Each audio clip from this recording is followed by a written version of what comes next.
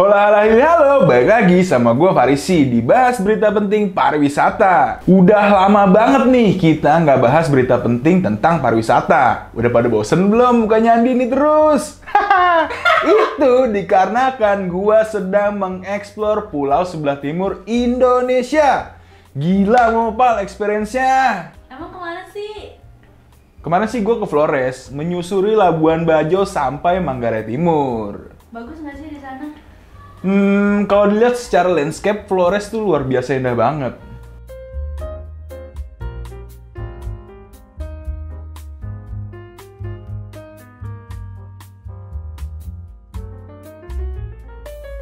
Dari pegunungan sampai pantai bisa kalian nikmatin di sana. Tapi satu nih yang jadi masalah buat gua. Mataharinya terik banget, guys. Walaupun di sana masih terdapat dataran tinggi yang bisa kita nikmatin. Tapi tetap, kalau siang, ya kalian rasain tuh matahari. Jadi, mohon dimengerti ya guys, kalau kulit gue makin eksotis. Hijaunya pepohonan. Tapi baik lagi ya, daerah timur Indonesia nggak akan lepas dari mataharinya yang bikin silau. Jadi bacain berita nggak nih? Oh iya nih, karena saking excitednya gue menceritakan perjalanan gue saat di Flores. Jadi, kita masuk berita pertama aja.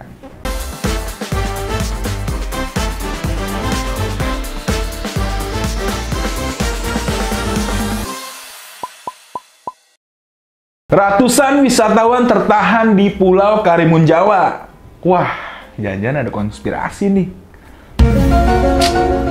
Enggak opal. Jangan mikirnya macem-macem ya. Nih gue bacain beritanya. Sebanyak 356 orang WNI dan 40 orang WNA terjebak di Pulau Karimun Jawa akibat cuaca buruk opal. Awal ceritanya, para wisatawan ingin melakukan perjalanan pulang pada Kamis tanggal 22 Desember kemarin. Berdasarkan data BMKG, saat itu gelombang di sejumlah perairan Jawa Tengah bisa mencapai 2,5 hingga 4 meter. Hal ini yang menyebabkan para wisatawan tidak bisa kembali ke Jepara. Gue sih lebih menyoroti orang yang baru datang ke Karimun Jawa tanggal 21. Karena ya udah ada pemberitahuan kayak gitu, kapal wisata juga nggak akan jalan. Nggak akan boleh sih itu. Padahal salah satu destinasi favorit kalau kalian ke sana adalah melihat keindahan bawah laut Indonesia. Kabarnya sampai tanggal 25 Desember kemarin belum ada bantuan kapal yang datang untuk menjemput para wisatawan. Sampai-sampai nih, Gubernur Jawa Tengah Ganjar Pranowo pada hari Senin tanggal 26 Desember meminta PT Pelni untuk mengarahkan bantuan kapal untuk mengangkut para wisatawan yang masih terjebak di Karimun Jawa. Pak Ganjar juga menegaskan agar seluruh wisatawan di sana jangan sampai kekurangan logistik. Nah kan, udah nggak usah diraguin lagi nih pemimpin Indonesia masa jabatan 2024-2029, Bapak Ganjar Pranowo for President. It was at this moment that he knew he fucked up. Walah, udah beda ranah bro, mau trip nggak ada begituan, ranahnya kita pariwisata. Aneh banget. Gara-gara aja, emang ngapain sih? Gara-gara mulu. Ini kan gue cuma bacain berita doang. Udah. 6.5 hours later. Ya udah nih, gue lanjut ya baca beritanya ya. Lu politik lain nggak? Gue males kalau kayak gitu. Enggak nih, gue janji enggak nih. Kan tadi kan emang nyambung aja nih. Dan pada tanggal 27 Desember kemarin, akhirnya Pelni mengirimkan kapal untuk membawa para wisatawan yang sudah terjebak selama 5 hari di sana. Keren!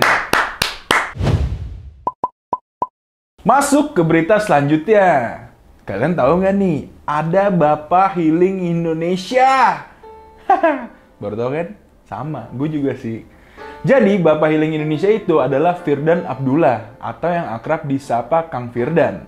Kang Firdan ini memiliki cita-cita untuk keliling dunia dengan harapan dapat melihat bagaimana keadaan dunia luar tempat tinggalnya.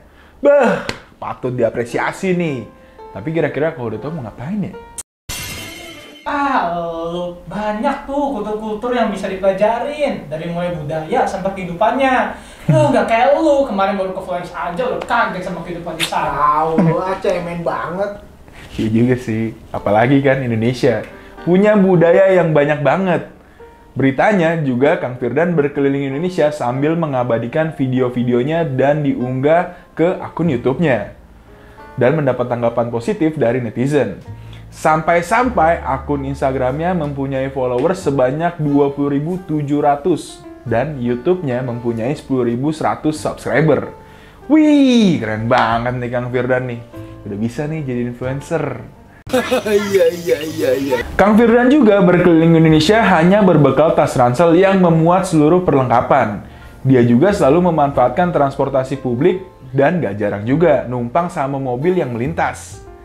Kang Firdan memberi pesan kepada para traveler Indonesia bahwa menikmati keindahan alam Indonesia tidak selalu dengan cara yang mahal. Bisa ya pergi sendirian gitu kemana-mana? Gue aja ditinggal sendirian 3 hari di Bali udah minta pulang. Kayaknya gue gak cocok nih jadi traveler. Lanjut.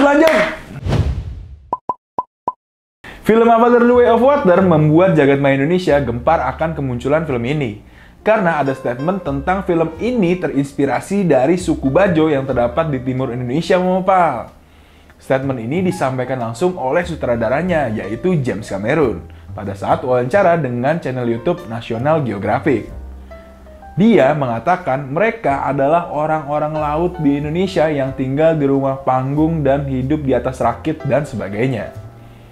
Dari mulai perumahan hingga kebiasaan hari-harinya. Perumahan? Klaster ini. Lucu sekali. Bahkan sampai kebiasaan-kebiasaan orang suku Bajo yang bisa menyelam hingga 10 menit di dalam air. Kalian ada yang bisa nggak nih free diving dengan kemampuan kayak gitu? Jangan dicoba ya tapi ya. Tidak hanya itu aja Mopal. Keindahan-keindahan bawah laut yang ditampilkan film Avatar juga pastinya terinspirasi dari keindahan bawah laut Indonesia. Bagaimana enggak? Terumbu karang yang ada di lautan Indonesia banyak banget. Gak salah dong, berarti Indonesia merupakan surganya bagi para divers. Tapi ada yang ngeh gak sih sama paus yang bermata 4 yang merupakan asli dari negeri Pandora? Tulkun.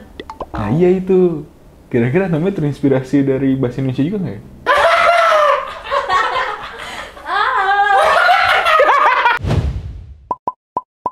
Berita yang selanjutnya, ini dia nih. Gue mau marah, tapi berita yang kali ini buat gue malah cengengesan.